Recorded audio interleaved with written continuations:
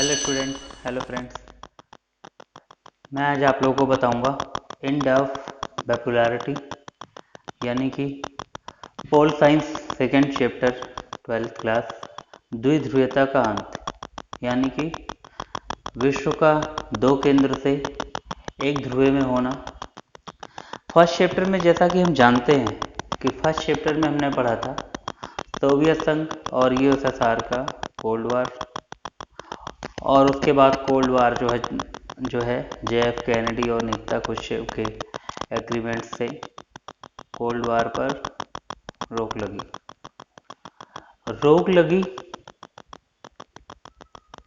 But cold war से लेके 1990 तक यानी कोल्ड वार का जो ड्यूरेशन था, पूरा कोल्ड वार एरा था, तब तक पूरी तरीके से जो है विश्व द्विध्रुवीयता में रहा, यानी दो खेमों में रहा पूरा विश्व।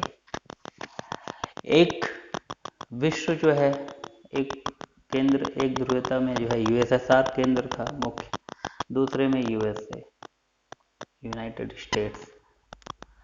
तो पहले तो इन लोगों ने अलग अलग खेमों में जो कोल्ड वार के नीतियों से जो है अपना नुकसान किया।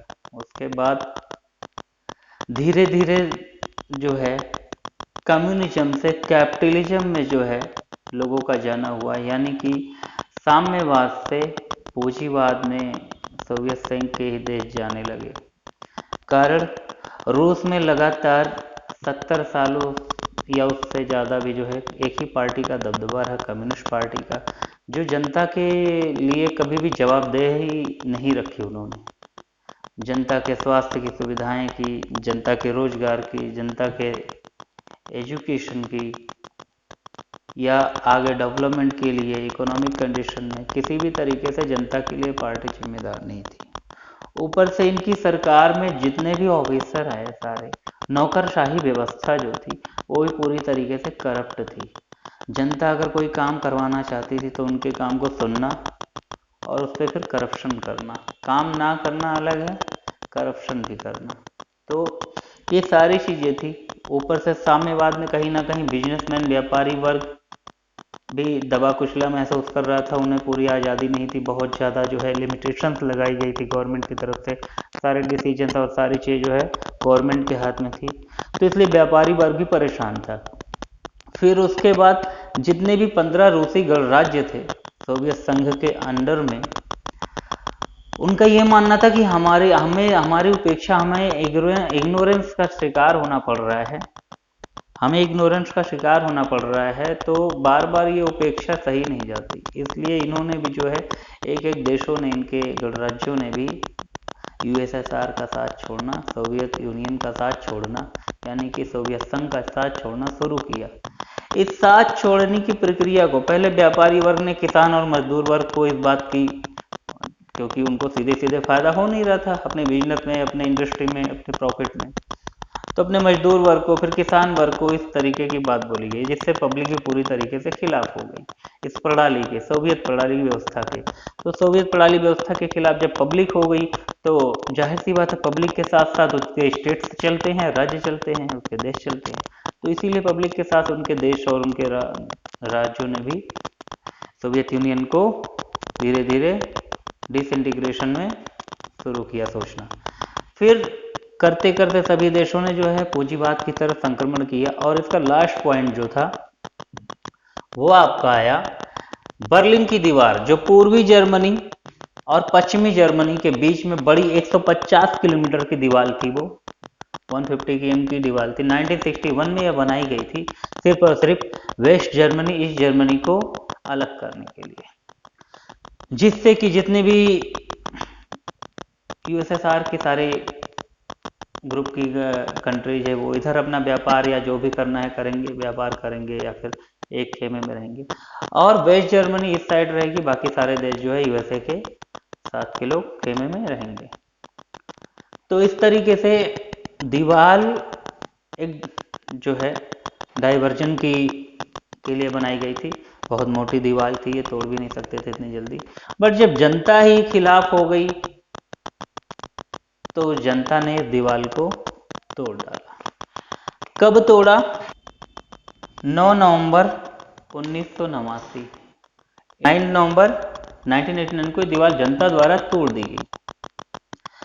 अब जब जनता द्वारा यह दीवार टूट गई तो East Germany and West Germany का क्या हो गया? एकीकरण। एकीकरण यानी कि वापस से जर्मनी नहीं हो गई और ईस्ट और वेस्ट वाला चक्कर नहीं रह गया। तो जब ये एकीकरण हो गया तो इधर के सारे इस खेमे के जितने भी देश थे वापस जो बचे थे वो भी आ गए। सबसे लास्ट में जो है बेलारूस, रूस जो है और एक देश और बचा था, ठीक है ना, बेलारूस और रूस एक देश और बचा था। उन्होंने जो है सोवियत संघ की समाप्ति की घोषणा कर दी। कब की ये सोवियत संघ समाप्ति की घोषणा? 1991 में, 1991 में, ठीक है। फिर सारे और जब सोवियत संघ की समाप्ति हुई, सोवियत संघ की समाप्ति हुई 1991 में, उसके बाद से बाकी देश अलग तो थे लेकिन सोवियत संघ का ग्रुप था कहीं ना कहीं एक स्टैब्लिश था। बट जब सोवियत संघ की ग्रुप की ही समाप्ति की घोषणा कर दी गई तो बाकी नए 15 देशों का उदय हुआ। नए देश बने 15। जो सोवियत गणराज्य में थे वो सारे विश्व में स्वतंत्र हो गए। वो लोग कहीं भी किसी भी देश से व्यापार आज़ादी से कर सकते थे बिना सोवियत यूनियन के कानून के मुताबिक, क्योंकि अब सोवियत यूनियन नहीं रहा, ना उसके कानून रहे, ना उसकी कोई प्रणाली रही। तो जाहिर सी बात है पूरे विश्व में एकीकरण हो गया। इस तरीके से सोवियत यूनियन खत्म हो गया, यानी कि द्विध्रुवीयता का अंत हो गया, एंड ऑफ बाइपोलैरिटी, ठीक है। द्विध्रुवीयता का अंत हो गया और वर्चस्व पूरा रह गया किसका? अमेरिका का, हेजेमनी ऑफ अमेरिका। ये 3rd चैप्टर भी आपका आ जाएगा, बट अभी हम उस पर नहीं जाएंगे। अमेरिका, जाहिर सी बात है अगर साम्यवाद खत्म होगा तो पूंजीवाद का ही फॉलोअर्स बढ़ेगा सारा, पूंजीवाद के ही खेमे में सारे देश जाएंगे। तो अमेरिका अपने आप को बड़ा मानेगा, वर्चस्व होगा पावर में, सोर्सेज में और फॉलोअर्स में, सब में। तो हम वो तो 3rd चैप्टर में बात करेंगे। हम अभी बात करते हैं सोवियत संघ का विघटन हुआ 1991 में, सोवियत संघ खत्म हो गया, ठीक है। और 1989 में 9 नवंबर में बर्लिन की दीवार गिरी। ये बर्लिन की दीवार 1961 में बनाई गई थी। ये क्वेश्चन एग्जाम में जरूर आता है, प्लीज आप लोग ध्यान से पढ़ें, ठीक है, कि बर्लिन की दीवार को एक्सप्लेन करें, या बर्लिन की दीवार कब बनी या गिराई गई, ठीक है, या किसने गिराई, कब गिराई। तो जनता द्वारा गिराई गई थी, ठीक है। अब सोवियत संघ का विघटन हो गया, डिसइंटीग्रेशन हो गया, खत्म हो गया सोवियत संघ 1991 में, ठीक है। लीगल औपचारिक मीटिंग करके रूस, बेलारूस और एक देश जो था वो मुझे नाम नहीं याद आ रहा फिलहाल, ठीक है। तो जो है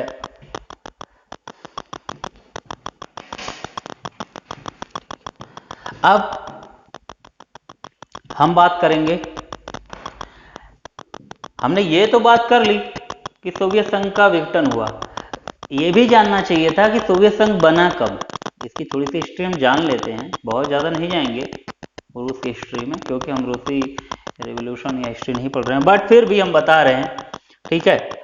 1917 में निकोलस जार को गद्दी से उतार दिया गया, ठीक है। वहां के किसानों और क्रांतिकारियों, मजदूर वर्ग ने मिलकर निकोलस को गद्दी से उतार दिया, क्योंकि वो पसंद नहीं करते थे और जार इतना लायक भी नहीं था, क्योंकि वो पूरी तरीके से अपने ही में ही था, पब्लिक के लिए उसने कुछ किया नहीं, ठीक है। रूसी रेवोल्यूशन, ठीक है, बोल्शेविक क्रांति हुई, ठीक है, बोल्शिक रेवोल्यूशन हुआ, जिसमें जो है बोल्शेविक पार्टी के कार्यकर्ता थे और सारे किसान और मजदूर थे। पार्टी कार्यकर्ता पीछे थे कहीं ना कहीं, लेकिन लीड इन्होंने किया इस रेवोल्यूशन को। बाकी किसानों ने जो है गद्दी से निकोलस जार को उतार दिया, ठीक है।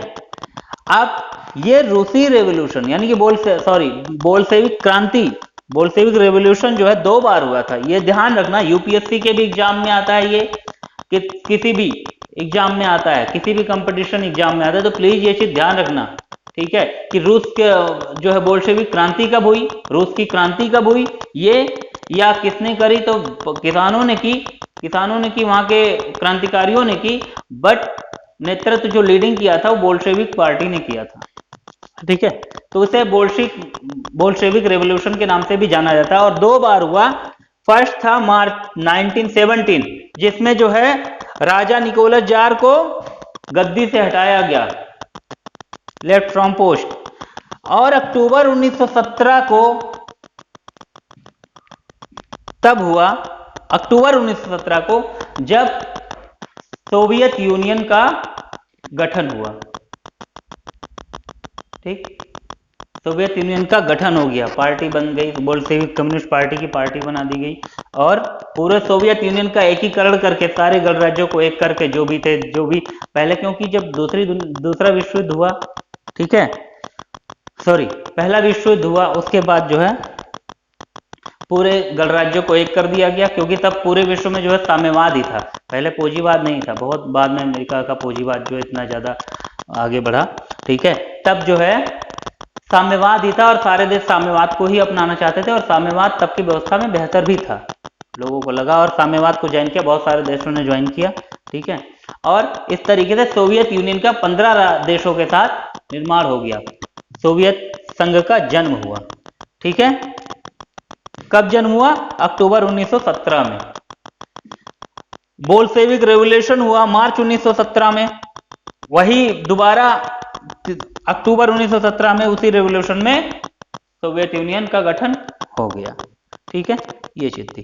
अच्छा, एक चीज और भी है कि मार्च 1917 में जो है राजा निकोलस जार को गद्दी से उतारा गया, और 1918 में ही उसकी फैमिली सहित उसकी हत्या कर दी गई। उसका पता आज तक नहीं चल पाया, उसकी जांच चलती रही, बट उसका कोई जवाब नहीं मिला। तो और दूसरी बात क्या है कि आप एक चीज ध्यान रखना, 1961 में ये बर्लिन की दीवार बनी, ठीक है, बनाई गई, और 1918 में तोड़ दी गई, गिरा दी गई। टोटल इसकी ड्यूरेशन क्या थी? 28 ईयर्स। 150 km 1961 पे बना, 1989 9 नवंबर को तोड़ दिया गया है दीवार, टोटल 28 साल के लिए रहा, और 150 किलोमीटर की इसकी दूरी रही। जर्मनी को एक करने के लिए इसको तोड़ा गया, जर्मनी का एकीकरण हो गया। जाहिर सी बात है, जर्मनी का एकीकरण हुआ जब ये दीवार टूटी, तो जाहिर सी बात है जर्मनी का अलगाव भी हुआ होगा जब ये दीवार बनी होगी। ठीक है, तो आप ये लिख सकते हो कि जर्मनी, पूर्वी जर्मनी और पश्चिमी जर्मनी का अलगाव कब हुआ, तो आप ये 1961 पे डाल सकते हो जब ये दीवार बनी। ठीक है, तो ये सारे 12th लेवल पे ही आपकी यूपीएससी की क्लासेज भी स्टार्ट हो जाती हैं, तो आप प्लीज ध्यान से ये सब पढ़ें। आगे की क्लासेज में प्री निकालने के लिए, मेंस में सारी चीजें आती हैं, तो अभी से आप अगर अपना बैकअप तैयार रखेंगे तो आगे के लिए बहुत ही बेहतर होगा। एक मोटिवेशनल क्लास भी है और आपके लिए बहुत ही ज़्यादा इंपॉर्टेंट भी है, द्विध्रुवीयता का अंत। आने वाली क्लास में मैं नए नए वीडियो अपलोड करूंगा अच्छे, ठीक है, यूपीएससी क्लासेस से मोटिवेशनल भी करूंगा, तो आप उसको देखते रहना, क्योंकि आगे के बाद आपका जो है फ्यूचर इसी पर डिसाइड होता है। ठीक है, स्टूडेंट कोई कम या ज़्यादा जानने वाला नहीं होता, डेडिकेशन कितनी होती है वो जानना होता है, तो हर कोई कुछ भी कर सकता है, बस अपने आप पे विश्वास होना चाहिए। इसीलिए मैं आप लोगों के लिए ऑनलाइन वीडियो क्लासेज बना रहा हूँ कि आप लोग देखें, इसको सीखें अच्छे से। ठीक है, अभी के लिए इतना ही। वीडियो अच्छी लगी हो तो लाइक करें, शेयर करें, सब्सक्राइबर बढ़ाएं, जिससे कि आगे के अपडेशन में आपको वीडियो मिलती रहे। ठीक है।